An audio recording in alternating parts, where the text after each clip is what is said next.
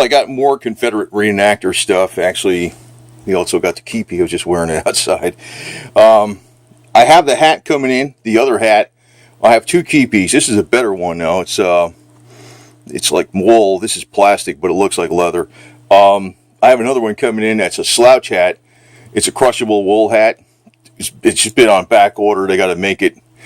It's got special wool, so they ran out of it. So that's coming in, but I got two Kepis for now. This stuff I got was pretty much discounted, and the shirt, well, it looks lighter in the camera. It looks more like a tannish yellow color, but what I'm going to do is I'm going to dye this gray. I don't really like this color too much. It was just cheaper than the ones with color, but you notice it doesn't button down all the way. And I'm going to tighten up the cuffs because the cuffs are always kind of loose. Like these cuffs on this, what I did was I tightened them up down there so they kind of gather a little bit in the sleeve, which is great for freedom of movement. And maybe I should sew these buttons on a little bit better or something. I don't know. Maybe they're on there good enough. I don't know. Probably a good idea to sew these on better. It says CSA on the buttons, which is actually better than what the CSA actually had. The only thing I don't like about this setup, I don't like the shirt color. Doesn't look this bright in the camera, and the camera makes it look brighter. In real life, it doesn't look this bright, but it's not really wrong. But I want a gray. I want a gray like this. And I'll leave the suspenders this color, which is fine. And these trousers are actually, it says Frontier Classics. You can actually take this label off if you want. Don't really matter much. I'm not doing reenactment. What I'm going to do is I'm going to be filming reenactments. And I'm going to be filming them as a Confederate soldier. I don't know if I'm going to be taking the holster with the pistol with me. I know a black powder revolver is not considered a firearm. But then again, you're dealing with brain dead people that freaking, a lot of times people don't even know what the hell the laws are. So I'll probably carry this thing. Or I also have another knife coming in that looks like the old Western style. You'll see it later. It's from Bud K, I think it is. It's a carbon steel 1095 blade with zebra wood handle. And it's got a nice sheath on it that's very unique. It kind of covers up part of the handle. And the reason I got it is if I want to knock out the wedge on this thing, which is on the other side actually. Well, this wedge, right? You knock it out from this side. You need either a plastic hammer, or you can use the handle off a knife. But I don't want to use a metal pommel handle on a knife. I want to use a wood. So this is a full tang knife that has a couple slabs of zebra wood on each side, so I can use a corner of the zebra wood and hammer it down, and which would hit this little locking tab and knock that wedge out. This is the 1851 Colt, quote-unquote, Navy. It's got a naval battle scene on it from the Mexican 1848 Mexican-American War. That's why they call it the Navy. Navy really doesn't use it. It's just got a naval battle scene on it, revolver, commemorating the 1848 Mexican-American War in naval battle. This I may carry out there, though, because I worked on this strap here with the snaps, and I found this cool-looking belt, which, I don't know, correct or not, looks okay. CS magazine pouch. I'm going to probably, right now, I'm going to probably move this button way the hell over, because when you button this shirt, you want it so the sleeves don't come all the way down. And I am going to dye this, make it the same color as the hat, pretty close. I mean, this is not GQ Confederacy. The Confederacy wasn't very standardized in uniforms. Now, for shoes, I got Chukkas. These aren't actually correct, but they're very close. Chukkas are very close to Brogans. Same style. But what I'm going to probably do is go around here with some flat black. So you don't see the stitches here. You don't see all this stuff. Because they're rubber soles instead of leather, but you know what happens with leather soles, they wear out quick. And I'm going to change these to leather shoelaces, brown ones, dark brown leather shoelaces, so it'll look a lot more correct. I might even put Vibram lug soles glued to the bottom of these damn things so you can walk around the freaking mud. Like, who the hell's going to look at the bottom of your shoes? You know, this is not inspection time. But like I said, I'm just going to be doing filming of reenactment. I plan to go out to the Brooksville raid in Florida. That's going to be in 2019 January. And also the one at Ostie up on Route 10. That's going to be in February 2019. And I'll be wearing this Confederate reenactment uniform. Likely not with the Kepi, but with the wool slouch hat. And this is just some of the flags I have here in this bag. It says "Don't tread on me." That's only about half of them. And the 8x12 flag wouldn't even fit in that bag. That's how big that damn thing is. It's not big, but it's a lot bigger than the standard ones that we see around here. And so I got the suspenders, was the latest edition. You can see, even though these are Frontier Classics Western Heritage, they're the same damn thing as Confederate stuff. I mean, you got the same high waist, the same kind of pockets, and it's got the same setup for the suspenders, you know, 4 in the front, 2 in the back, with this thing, the belt adjuster. That's how you adjust your trousers in the back to tighten them up or loosen them. So it's the same butternut color. Personally, like, the gray is good, but to tell you the truth, I think about 50% were gray, 50%. I think butternut was about as popular as, or this tan, they called it butternut, was about as popular as gray, or they just wore any damn thing. I heard there was some officer in Texas that wore a black suit because he liked wearing a black suit. And again, this shirt looks a lot lighter than you lighted the camera, but it is going to get dyed gray here. And dude, I got a bucket from Lowe's, brand new plastic bucket. Put some damn hot water in it. Freaking, this is cotton, so I'm going to dye it after I just move this button over, because I guarantee you this thing is probably, when I put it on, it can be freaking, my wrist will be freaking sliding right through there. We'll see how it is. We'll see. I might have to move it over down here. This, I did that with this too. You don't even notice it, you know, because it's like kind of like in the side and the back.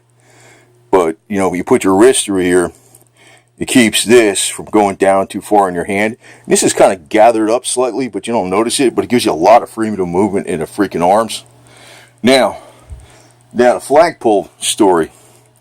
You know, on the internet it says give a 4-week lead time for fiberglass flagpoles. That's the, you know, for a 40-foot flagpole that's going to have the Confederate flag 8x12 on it.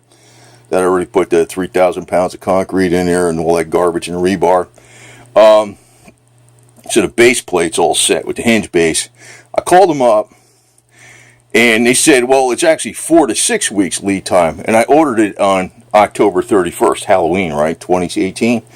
So they're going to give me a call back by the end of this week, so sometime before December 7th, and which is Friday, right? So sometime, you know, by Thursday or Friday, 6th or 7th December 2018, they'll tell me, you know, about when it's coming over. So it should be coming over here pretty soon. It's coming from North Carolina. It's being manufactured in North Carolina, and be coming down here to Florida. It's in 2 20-foot sections, and the whole pole only weighs about 100 pounds, so it's going to be very easy to. It's going to be a very easy way. A lot of people should set these up because it's a fairly large pole. It's not humongous, but it's bigger than the, you know, the standard 17 to 25 footers you usually see. At 40 feet, it gets pretty good size, you know. But it's very easy to handle. I can handle this myself. You know, I can do this whole job myself. And I don't need. And since it's on a hinge plate, I can lower the pole myself because the whole pole only weighs 100 pounds. If I got to do any kind of work on a pole, like say something gets jammed up on the top with the pulley or some garbage or whatever happens, right? I can lower it because it's on a hinge base. I went for the hinge base option.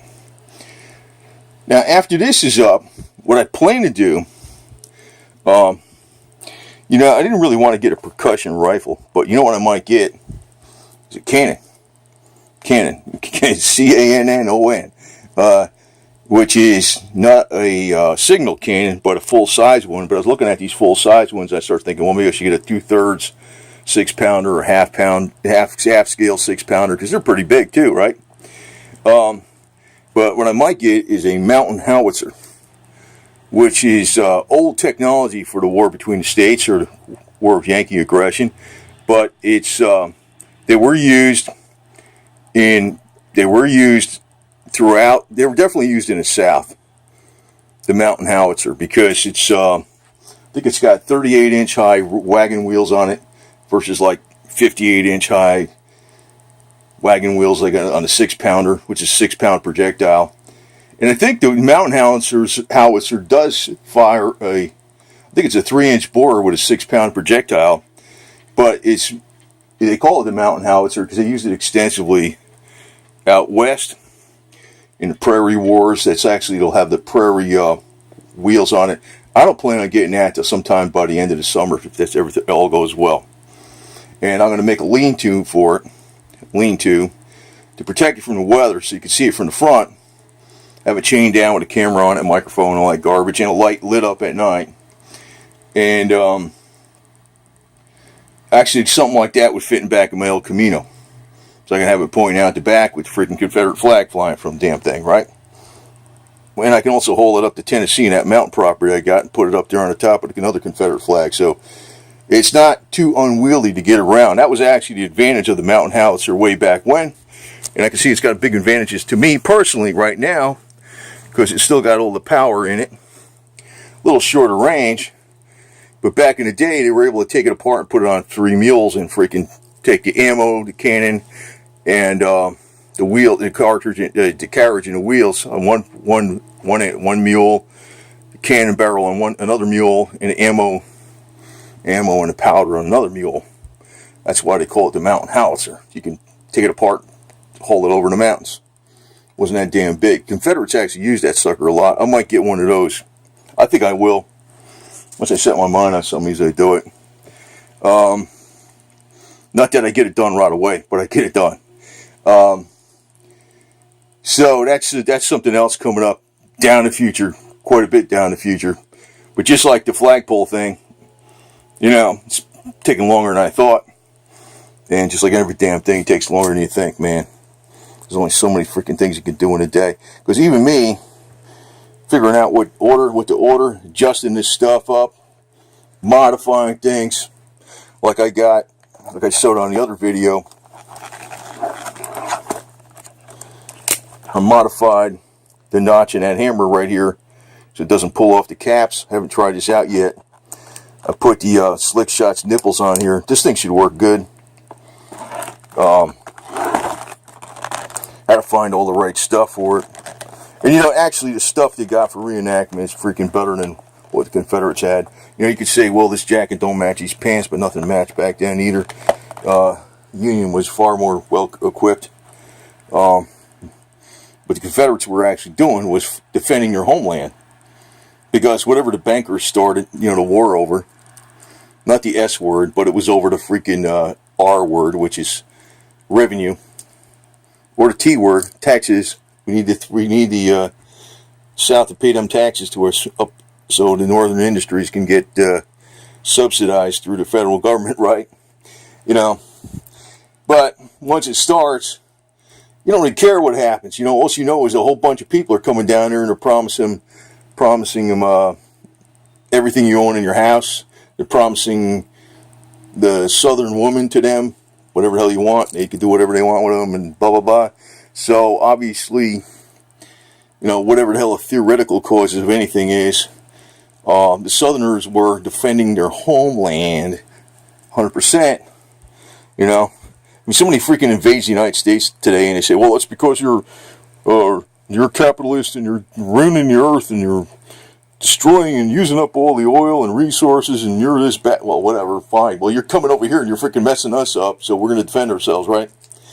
Actually, the freaking, there was nothing the Southerners were doing wrong, period, actually, to tell you the truth. You know, if you really look at everything in detail, including the plantation system, because Hollywood, you look at the Disney movie, Song of the South, back in the 40s, movie they regret making today. But, you know, I mean, it was a little extreme on that, making everything look like hunky-dory back then. But it wasn't like what they present today. Man, they're freaking presenting stuff today to make everybody get all mad at each other and shit. So, anyway, this is my reenactor stuff. I kind of like the butternut better in some ways, I don't know. But I'm going to have this tan. I'm going to get that dye tonight. I'll work on it tomorrow. I'm going to get leather shoelaces for that stuff. And that's a complete setup. I'm going to probably adjust this button here. If I put my arm through this sleeve and it looks too damn big, I don't know. We shall see. Freaking. You know, I think they make these things, I think tailors make this stuff. If this stuff was actually made in China, it would probably be dirt cheap, but there's no market for it, you know. Including the cannons. They could probably make the cannons with like fiberglass wheels looking like wood or something like that. It'd probably be... Oh, yeah, the even a 6-pounder, not talking even the 12-pounder, the Napoleon 12-pounder, the 6-pounder, which is the old, it was used in the first part of the War of 1861-1865. I think the barrel on that weighs 850 pounds alone, just the barrel. And the wheels are like, I don't know, they're about 5 feet high, 58 inches. I mean, that thing's a monster, man. I can't fit in the back of my El Camino, man. I'm like, I'd have to tow it on a trailer. I was like, so the mountain howitzer makes a lot more sense to me. Yeah, it's big enough. I mean, I'm not trying to impress anybody with nothing, but I figured I want something that's legit. And shit, you know, the more I'm thinking about it, the more it makes sense. Because, you know, the beauty of the mountain howitzer way back when was that you can move it quick. I mean, crap, even if you were getting overrun by the Yankees or some shit like that, you can move that sucker out of the way.